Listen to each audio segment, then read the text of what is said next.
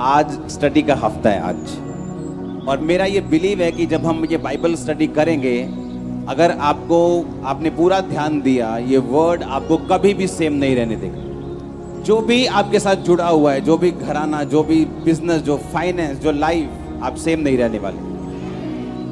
आमीन। दूसरा शमूएल 7 उसकी 1 में लिखा, जब राजा अपने भवन में रहता था तो यहोवा ने उसके चारों ओर के सब शत्रुओं से उसको विश्राम दिया था। एक बात आपने हमेशा याद रखनी है, आज भी इंडिया अंग्रेजों के अधीन होता अगर वॉर ना होती, अगर लड़ाई ना होती, आजादी की जंग ना होती। हाँ या ना? अब यहाँ पे जब दाऊद को परमेश्वर ने विश्राम दिया तो बाइबल कहती है, आपको 2 तरीके से इसको समझना है। बाइबल कहती है कि परमेश्वर ने उसको चारों ओर के शत्रुओं से विश्राम दिया। विश्राम कैसे दिया? बाइबल कहती है हर बार उसको विश्राम से पहले उसको एक लड़ाई लड़नी पड़ती थी, उसको एक फाइट लड़नी पड़ती थी। इसमें 2 चीजें सीखने वाली। बाइबल कहती है कि उसने कहा कि अब मैं विश्राम में हूं, अब मैं परमेश्वर का भवन बनाऊंगा। एक बात आपको हमेशा याद रखनी है, जब तक एक विश्वासी आराम में और विश्राम में नहीं जाता, वो उतना परमेश्वर का काम नहीं कर सकता जितना एक आराम वाला और परमेश्वर में विश्राम वाला व्यक्ति कर सकता है। अब हमें ये बात समझ आ रही है दाऊद के इन वचनों को पढ़ के कि जब वो विश्राम में था तब उसने बात की कि मैं यहोवा के भवन को बनाऊंगा। जब तक वो विश्राम में नहीं था तब तक उसको यहोवा का भवन बनाने की यादचित नहीं आई, क्योंकि वो अपनी ही फाइट्स में कि परमेश्वर मुझे क्या क्या देना चाहता है और परमेश्वर मुझे ये देश देना चाहता है, तब तक अपनी लड़ाइयों में वो बिजी था। उसे मालूम ही नहीं था कि परमेश्वर का भवन भी बनाना है। लेकिन बाइबल कहती जब वो विश्राम में था, जब वो पीस में था, जब वो विश्राम कर रहा था, जब परमेश्वर ने उसको चारों ओर के शत्रुओं से विश्राम दिया, तब उसने कहा कि अब मैं यहोवा के लिए एक भवन को बनाऊंगा। अब इसका मतलब यह है कि कौन परमेश्वर का काम कर सकता है? कौन वो व्यक्ति है जो परमेश्वर का काम ज्यादा कर सकता है? जिसको परमेश्वर ने सारी लड़ाइयों से विश्राम दिया हो। इसका मतलब विश्राम उसी को मिल सकता है जिसने लड़ाइयां लड़ी हों और अपनी लड़ाइयां जीती हों। हर बंदे की लड़ाई अलग है। किसी की लड़ाई व्यभिचार से है, किसी की लड़ाई चोरी से है, किसी की लड़ाई डर से है, किसी की लड़ाई रिश्तेदारों से है, किसी की लड़ाई किसी चीज से है। हर एक व्यक्ति की कमजोरी और हर एक व्यक्ति की लड़ाई जो है वो अलग अलग है। अब बाइबल कहती है उस लड़ाई को लड़ने के बाद और उसको जीतने के बाद ही आप परमेश्वर के काम को कर सकते हैं, क्योंकि परमेश्वर जब आपको विश्राम देता है तो परमेश्वर का काम हम अच्छी तरह से कर सकते हैं। जब दाऊद को चारों ओर के शत्रुओं से विश्राम मिला तो बाइबल कहती है कि उसने कहा कि अब मैं यहोवा के भवन को बनाऊंगा। यहोवा तंबू के घर में रहता है, मैं देवदारू के घर में रहता हूं। तो परमेश्वर ने कहा तू इस घर को नहीं बनाएगा, तेरा बेटा इस घर को बनाएगा, क्योंकि तेरे हाथों पे बहुत सारी लड़ाई है, इसलिए तेरा बेटा इस भवन को बनाएगा। लेकिन मैं तेरी गद्दी को बनाए रखूंगा और मैं तेरे नाम को बड़े बड़े लोगों के समान, इस पृथ्वी के बड़े बड़े लोगों के नाम के समान मैं महान कर दूंगा। बाइबल कहती है दाऊद अरामियों से लड़ा, अम्मोनियों से लड़ा, हाँ, ये सबसे लड़ा और जीतता गया। और परमेश्वर जैसे वो जीतता गया उसको विश्राम देता गया। हमारी लड़ाई बाइबल कहती है कि मांस और लहू से नहीं है, हमारी लड़ाई जो है वो शैतान से है। आमीन।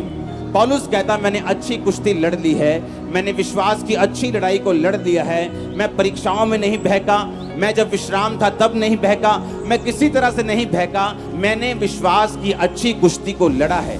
अब बाइबल के वचनों को आपको ध्यान से समझने की जरूरत है।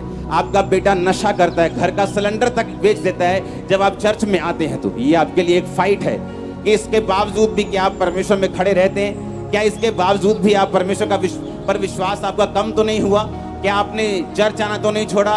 क्या आपने वचन पढ़ना तो नहीं छोड़ा? क्या आपके रोजे कम तो नहीं हुए? ये एक लड़ाई है और हर एक बंदे की लड़ाई जो है वो अलग अलग है।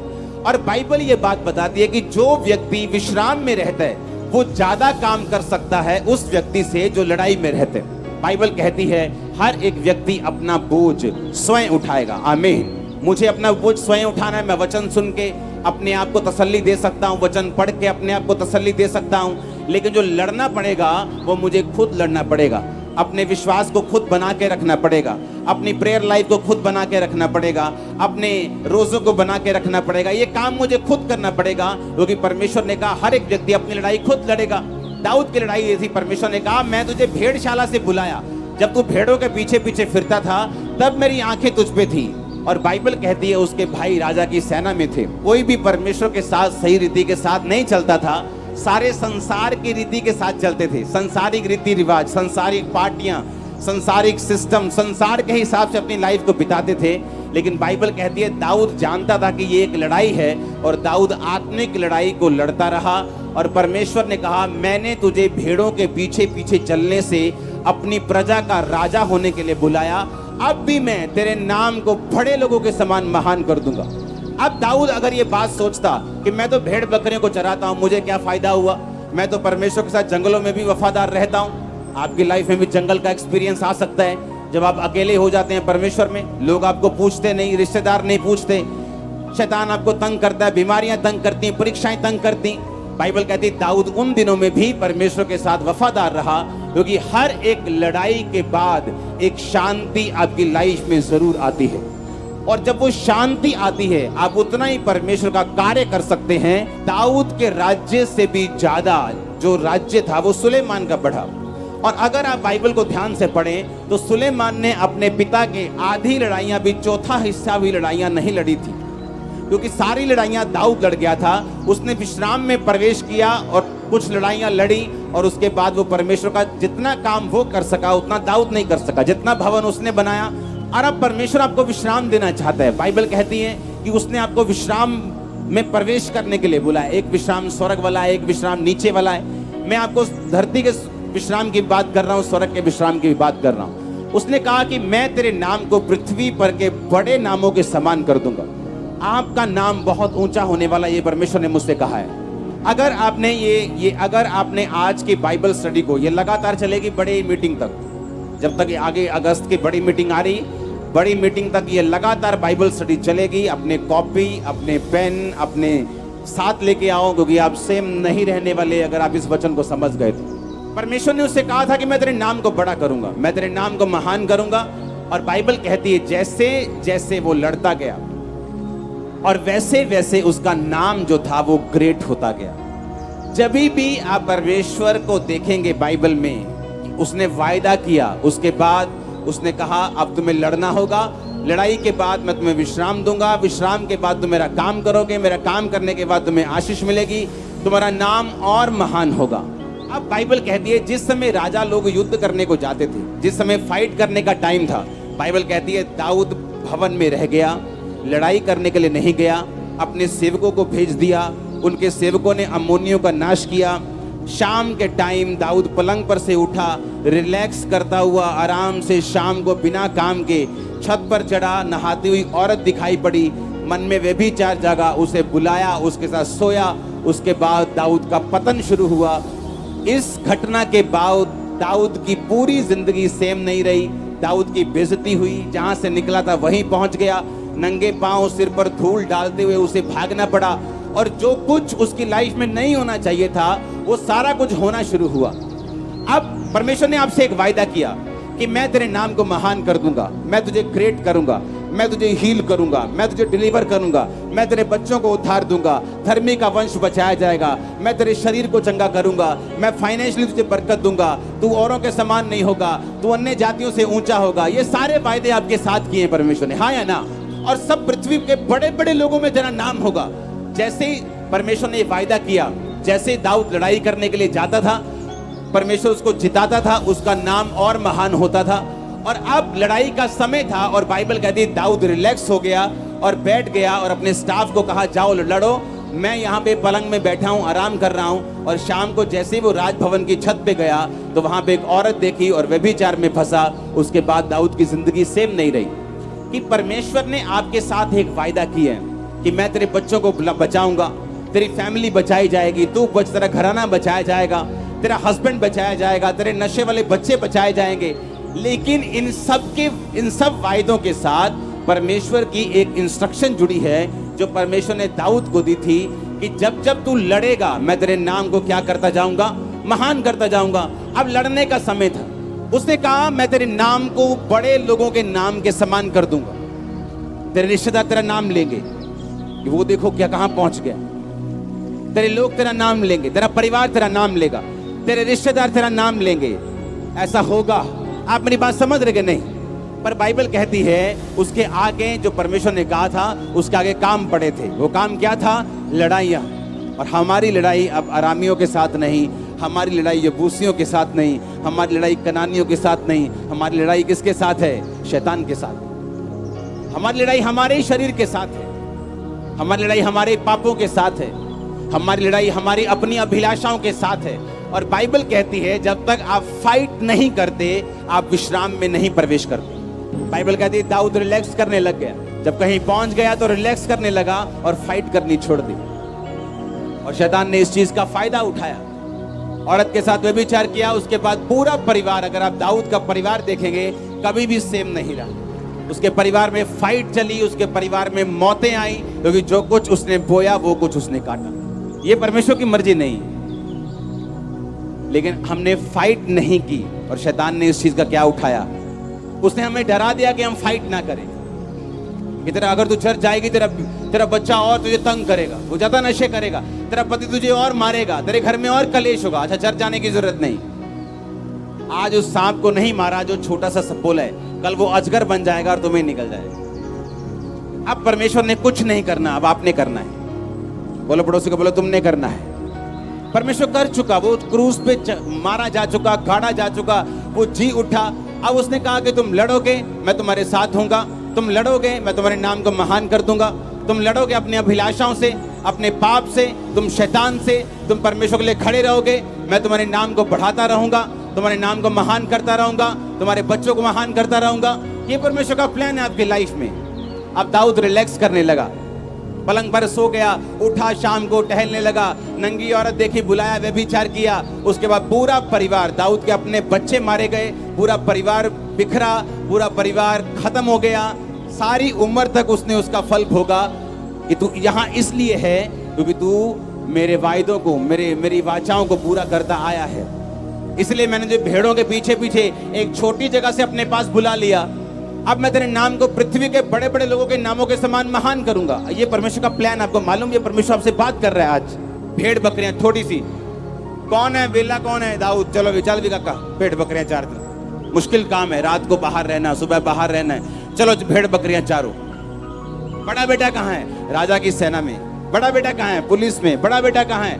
वो बड़े बड़े पोस्ट पे था, वो बड़े बेटे सभी। दाऊद ऐसा था कि जब शमूएल उसके घर में आया कि मुझे तुम्हारे एक बेटे को मसा करना है, तो उसने दाऊद को इनवाइट तक नहीं किया। इतना निगलेक्टेड चाइल्ड था वो कि मतलब अपना बच्चा ही भूल गए वो, कि पहला बच्चा आया, दूसरा आया, परमेश्वर ने कहा नहीं मैंने इसको भी नहीं किया, इसको भी नहीं किया, इसको भी नहीं किया। पुराने टाइम में जब नबी लोग किसी के घर जाते थे तो उन्हें टांगे कांपती थी। नबी लोग घर आए, उनको मालूम नहीं या तो हमें ये डुबो के जाएगा या पूरा आसमान पे चढ़ा के जाएगा, पता नहीं अब ये क्या करने आया है। या तो परमेश्वर की सजा बोल के जाएगा या परमेश्वर का बड़ा प्लान बोल के जाएगा। लोग डरते थे नबियों से कि कुछ ना कुछ ये परमेश्वर का वचन लेके आया। तो उसने कहा कि परमेश्वर तेरे घर में एक राजा बनाना चाहते हैं। पहला बच्चा आया, रिजेक्ट, दूसरा आया, रिजेक्ट, सभी रिजेक्ट। और दाऊद इतना छोटा और निगलेक्टेड और रिजेक्टेड था कि उसको भूल गए थे। उसने कहा हाँ एक रह गया, जंगलों में रह गया, भेड़ बकरी को चराता होगा, हम उसे बुलाते हैं, उसे देख लो। जब वो आया परमेश्वर ने कहा यही है। आपको लगता है कि मैं कैसे मेरा नाम कैसे महान हो सकता है? अब मैं 5,000 की जॉब करता हूँ, मेरा नाम कैसे महान हो सकता है? मैं तो किसी के घर में काम करती हूँ। यही तो परमेश्वर चाहता है और यही वो करके दिखाएगा। नहीं तो फिर आप कहते हैं कि मैं बड़ा था इसलिए मैं ब्लेस हो गया, मैं इंजीनियर था मैं ब्लेस हो गया, मैं ये था मैं ब्लेस हो गया। यही तो करना चाहता है वो आपकी लाइफ में। आपको छोटे से छोटी पोजीशन से वो बुला के आपके नाम को वो बड़े से बड़े लोगों के बीच में फिट करना चाहता है। यही तो वो चाहता है आपकी लाइफ से, यही तो वो चाहता है, यही तो परमेश्वर की मर्जी है। परमेश्वर ने कहा मैं तुझे तेरे नाम को बड़े बड़े पृथ्वी के बड़े बड़े लोगों के नाम के समान महान कर दूंगा। आपकी बैकग्राउंड कैसी उसे कोई मतलब नहीं। आप एक रिक्शा चालक हो सकते हैं, आप एक अमीर हो सकते हैं, आप गरीब हो सकते हैं, उसे कोई मतलब नहीं। उसने कहा मैंने इजराइलियों को इसलिए चुना क्योंकि पृथ्वी में सबसे थोड़े थे। इजराइल की जो आज आबादी है 1 करोड़ से नीचे है, लेकिन पता नहीं कितने 60-70 करोड़ के देश उससे लड़ चुके और एक भी बार जीत नहीं सके। पंजाब से भी छोटा इजराइल, एक भी बार कोई भी देश उस पर कब्जा नहीं कर सका। परमेश्वर का वचन उसके ऊपर है। आज भी वो टेक्नोलॉजी में दुनिया का लीडर है, हथियारों में वो लीड करता है, टेक्नोलॉजी में वो लीड करता है, फोन्स बनाने में वो लीड करता है, हर चीज में इजराइल लीड करता है। एग्रीकल्चर में वो लीड करता है, अगुवाई करता है लोगों की। और परमेश्वर ने कहा, मैंने इजरायली लोगों को इसलिए नहीं चुना था कि वो बहुत बड़े या समझदार थे, वो सबसे छोटे थे। मैंने उन्हें चुन लिया और आज दुनिया में एग्जाम्पल बना दिया कि कोई उन पर कब्जा नहीं कर सकता। वही परमेश्वर तो आपका परमेश्वर है। लेकिन बाइबल कहती है मसीह में आने के बाद अब्राहम की जो आशीष है वो अन्य जाति तक पहुंचेगी। आज आप और मैं उसकी संतान बन सकते हैं और हैं। आमीन। अगर हम उस पर भरोसा रखें कि परमेश्वर ने आपको फालतू में नहीं चुना, उसने आपको फालतू में नहीं बनाया, उसकी लाइफ, आपकी लाइफ में परमेश्वर का एक मकसद है। वो चाहता है उस मकसद को आप समझें। वो चाहता है कि आप क्विट ना करें, वो चाहता है कि आप पीछे ना हटें, वो चाहता है कि आप हटे ना, वो चाहता है कि आप डरे ना। इसलिए बाइबल में कितनी बार लिखा है, मत डर, मैं तेरे साथ हूं। तुम्हें लड़ना होगा, रोज घर जाना, कोई परिवार वाला नहीं, परिवार के साथ फाइट। काम कब करेगा, काम कब करेगा, काम कब करेगा, काम कब करेगा।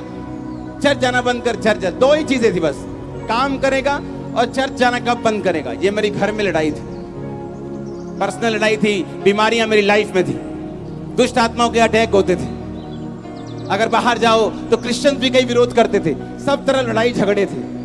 लेकिन आज कितनी शांति है। अगर मैं उस लड़ाई को ना लड़ा होता, मेरे एक जानकार को उसकी फैमिली वापस ले गई। मसीह में गया तो दुकान नहीं देंगे, मकान नहीं देंगे, और जो उन्हें वापस लेके गए दोनों मर गए। मैं आपको क्या बोलता हूं, जिन लोगों से शैतान आपको नफरत करवा रहा है, वही लोगों को परमेश्वर आपके जरिए ब्लेस करना चाहता है। मालूम, जो लोग आपका विरोध कर रहे हैं उन्हीं लोगों को परमेश्वर आपके जरिए ब्लेस करना चाहता है। शैतान दिखाना चाहता है कि जो प्रभु कर रहा है वो सही नहीं, जो परमेश्वर कर रहा है वो सेंसलेस है, जो परमेश्वर कर रहा है वो सही नहीं।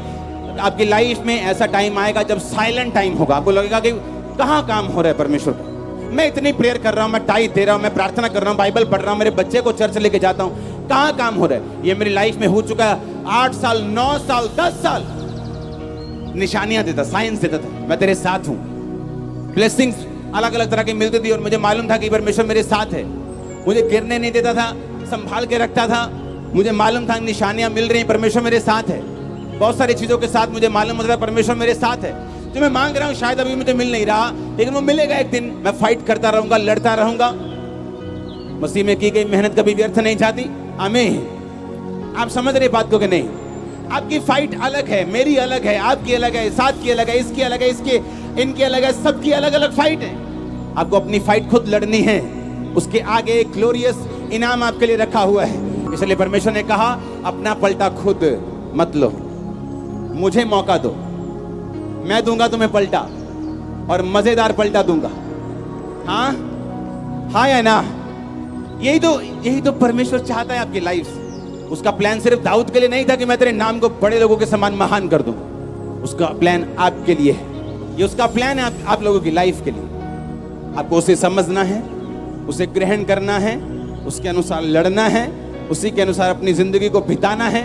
इंसानों की शक्ल नहीं देखनी, लोग क्या कहते हैं, प्रेशर क्या कहते हैं, हवा किस ओर है, रुख किस ओर है।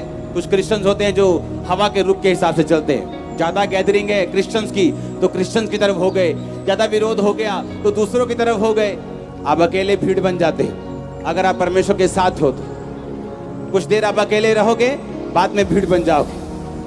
लेकिन अगर भीड़ का साथ दोगे, एक दिन भीड़ एक एक करके मर जाएगी और आप अकेले रह जाएंगे। और आपको दुख होगा कि काश मैं परमेश्वर के साथ खड़ा रहा होता तो आज इन लोगों के साथ, अपने परिवार के साथ होता, लव्ड वंस के साथ होता। जो लोग आपका विरोध कर रहे हैं उन्हीं को परमेश्वर ब्लेस करेगा। जो परिवार, जो हस्बैंड, जो वाइफ आपका विरोध कर रही है, वही उसी को परमेश्वर ब्लेस करना चाहता है। इसीलिए शैतान उसी को यूज कर रहा है कि वो आपके खिलाफ बोले, परमेश्वर के खिलाफ जाए और आप रुक जाएं और आप थक जाएं। और आप विनर्स कभी क्विट नहीं करते, और जो क्विट करने वाले कभी विनर्स नहीं बनते। आमीन। जो दौड़ है ना, वो तेज वालों के लिए नहीं है जो तेज भाग सकते हैं। दौड़ उनके लिए है जो कभी क्विट नहीं करते, जो खड़े रहते हैं, अड़े रहते हैं, ना समझ आने के बावजूद भी। ये उसकी योजना है आप लोगों के लिए, आपके परिवार के लिए, आपके बच्चों के लिए। क्या वफादार रहने के लिए आप तैयार हैं परमेश्वर से? तैयार है उसके साथ फेथफुल रहने के लिए? या आपकी प्रोफेशनल लाइफ और क्रिश्चियन लाइफ अलग अलग तो नहीं है कि मेरी बिजनेस लाइफ जो है वो अलग है और मेरी क्रिश्चियन लाइफ जो है वो अलग है? ऐसा तो नहीं है ना। एक ही लाइफ है, परमेश्वर भी एक ही है, आत्मा भी एक ही है, बपतिस्मा भी एक ही है। लाइफ भी एक ही है, फेस भी एक है, पति एक है, पिता एक है, कोई अलग अलग लाइफ नहीं, कोई रियल लाइफ नहीं, कोई रियल लाइफ नहीं, सब एक लाइफ। जो आप बोलते हो उसका असर आप पे होता है, जो अंगीकार करते हो उसका असर आप पे होता है। रोज सुबह उठ के अंगीकार को, चाहे मैं कह रहा हूं मर रहे हो, अंगीकार करो, मेरे लिए परमेश्वर का प्लान बड़ा है।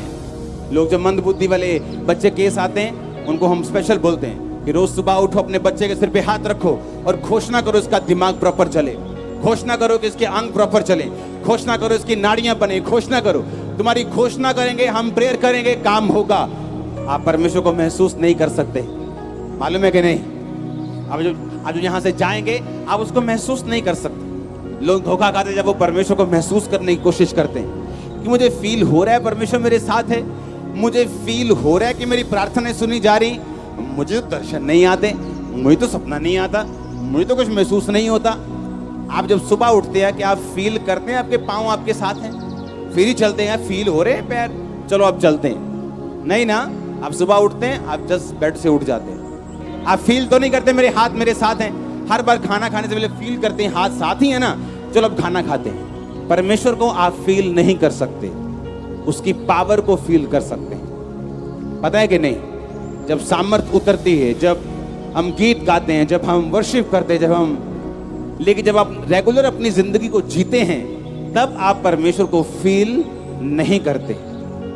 आप अपनी नॉर्मल जिंदगी को बिताते हैं, आप उसको फील नहीं करते और आपको लगता है कि मैं परमेश्वर को महसूस नहीं कर पा रही हूं, शायद परमेश्वर मेरे साथ नहीं, शायद मैं मेरी प्रार्थना को सुन नहीं पा रहा, शायद मेरी प्रार्थना पहुंच रही कि नहीं पहुंच रही, परमेश्वर मेरी जिंदगी में काम करेगा कि नहीं करेगा, मेरी ये बीमारी का हल होगा कि नहीं होगा, परमेश्वर कर भी सकते हैं इस बीमारी को दूर या नहीं कर सकते। आप फील करने की कोशिश करते हैं और वहां शैतान एंटर करता है जहां आप फीलिंग की घोषणा करते हैं। परमेश्वर का आपकी फीलिंग से कोई लेना देना नहीं है, वो आपके अंदर था और है और रहेगा।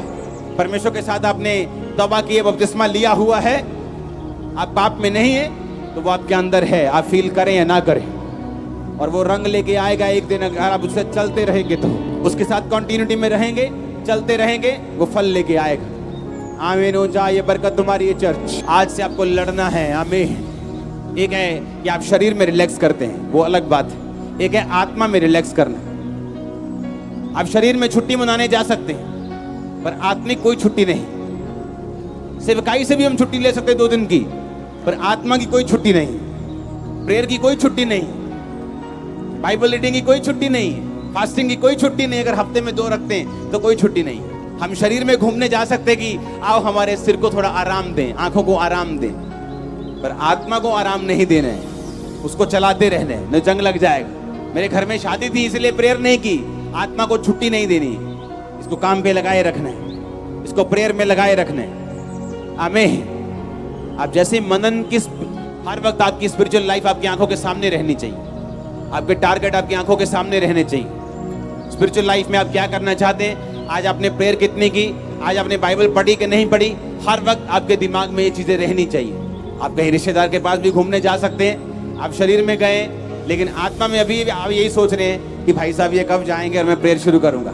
आप भी जी जी जी जी हंस रहे हैं उसके साथ और बोले यार चाचा चुप कर यार, हाँ थोड़ी बाइबल पढ़ने दे। कितने समझ रहे हैं मेरी बातों को? स्पिरिट में आराम नहीं देना, शरीर को आराम दे सकते हैं, शरीर को तंदुरुस्त रखने के लिए रिलैक्स कर सकते हैं, लेकिन स्पिरिचुअल लाइफ में कोई रिलैक्सेशन नहीं। दाऊद फाइट करने में रिलैक्स हो गया, जहां उसे लड़ना चाहिए था वहां वो रिलैक्स हो गया। और जहां आप स्पिरिचुअल लाइफ में रिलैक्स करने के लिए गए, आपने प्रेयर लाइफ को कम किया, बाइबल रीडिंग को कम किया, वहीं शैतान अपने सवालों के साथ आएगा और आपको फंसा लेगा। फिर वहां से डाउनफॉल शुरू होता है लोगों का। वो दाऊद था तब भी डाउनफॉल आया। परमेश्वर शक्ल नहीं देखता, पोस्ट नहीं देखता, हैसियत नहीं देखता, आत्मिक तुम बड़े हो के छोटे हो नहीं देखता।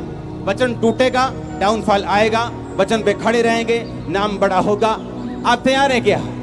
आपको अपनी लाइफ की ऐसी सिचुएशन आएगी जहां पर आपको फैसला लेना होगा कि क्या अब भी मैं परमेश्वर के साथ चलने के लिए तैयार हूं, क्या अब भी परमेश्वर के साथ खड़ा रहने के लिए, खड़ी रहने के लिए तैयार हूं, क्या इतने कलेश के बावजूद भी मैं परमेश्वर के साथ चलने के लिए तैयार हूं, क्या इतनी बीमारियों के बावजूद भी मैं परमेश्वर के साथ चलने के लिए तैयार हूं। आपको फैसला लेना होगा, ये आपकी फाइट होगी। और जब फाइट कर लेंगे, मैं आपको बता रहा हूं, बाइबल कहती वो रेत पे बना हूं, इसलिए जब आप उनको 2 साल बाद ही कॉल करेंगे तो उनकी जिंदगी ऐसे हो जाती जैसे कोई बड़ी सुनामी आ गई हो, सब कुछ बिखरा हुआ, इधर का उधर, उधर का पीछे, आगे का ऊपर नीचे। ये क्या हो गया तेरी लाइफ में? क्योंकि परमेश्वर नहीं।